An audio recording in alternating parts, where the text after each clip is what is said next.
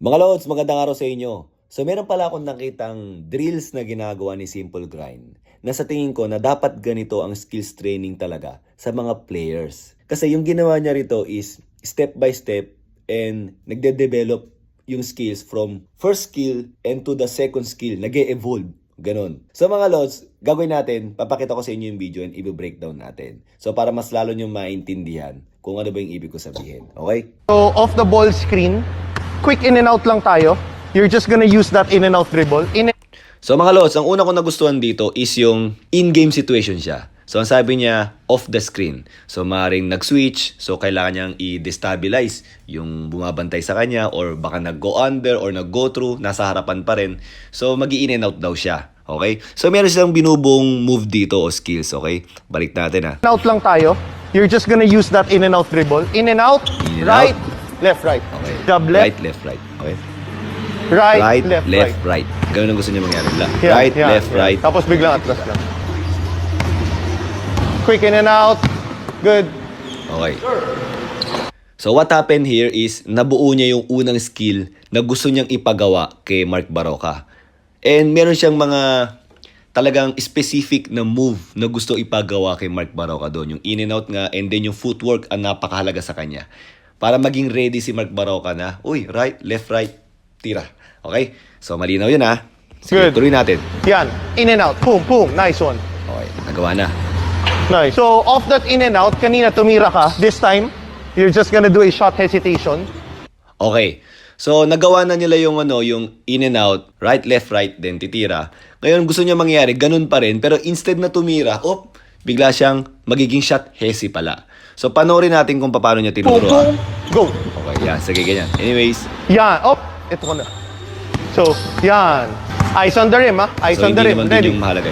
Oh, wait. Sabi niya, eyes on the rim. So, ang gusto niya mangyari, kahit na shot hesi na to, hindi na to yung kaninang tumira siya. Naka-eyes on the rim pa rin. So, bakit? Para magkaroon ng illusion doon sa may kalaban na, uy, titira talaga ako. Yung pala shot hesi lang pala siya, biglang atake ka. But anyways, another detail yun. Pero ito yung mas mahalaga. Tinan niyo. Boom, boom. Good.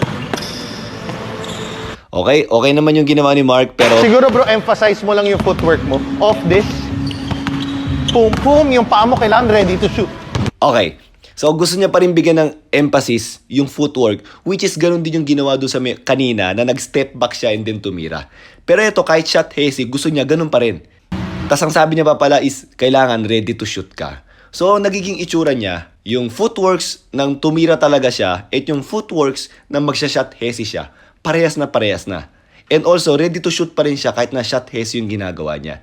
Kaya dine-develop niya yung movement na yun para anytime na mabasa niya yung kalaban na, uy, hindi dumikit, matitira niya. So bakit nga ba ganito dapat ang training sa mga players? So you have to develop the first read muna. So paglabas mo ng screen, in-game situation, nag-in and out ka, umatras siyang konti, o ikaw mag-step back ka, titira ka ngayon. Hindi siya sumunod sa'yo eh. So the next time, ang tingin niya sa'yo is, titira ka talaga. Kasi nakashoot ka na eh. So, pag step back mo, imbis na titira ka, biglang naghesi ka, pumasok ka sa loob. So ngayon, meron pang mas malalim na paliwanag yan.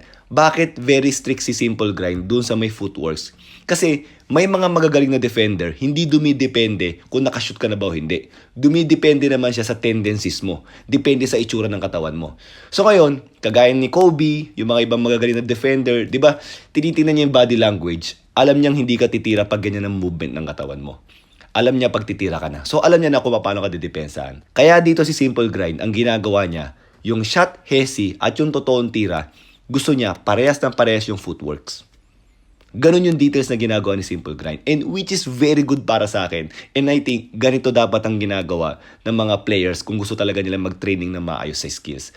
So anytime na magkamali ng read yung defense, meron kang pang-counter na offense kagad at that time. Bakit? Pinractice mo ng tama yung skills mo in game situation. So yun lang mga Lods ha. Simple Grind, sobrang galing mo rito. Thank you.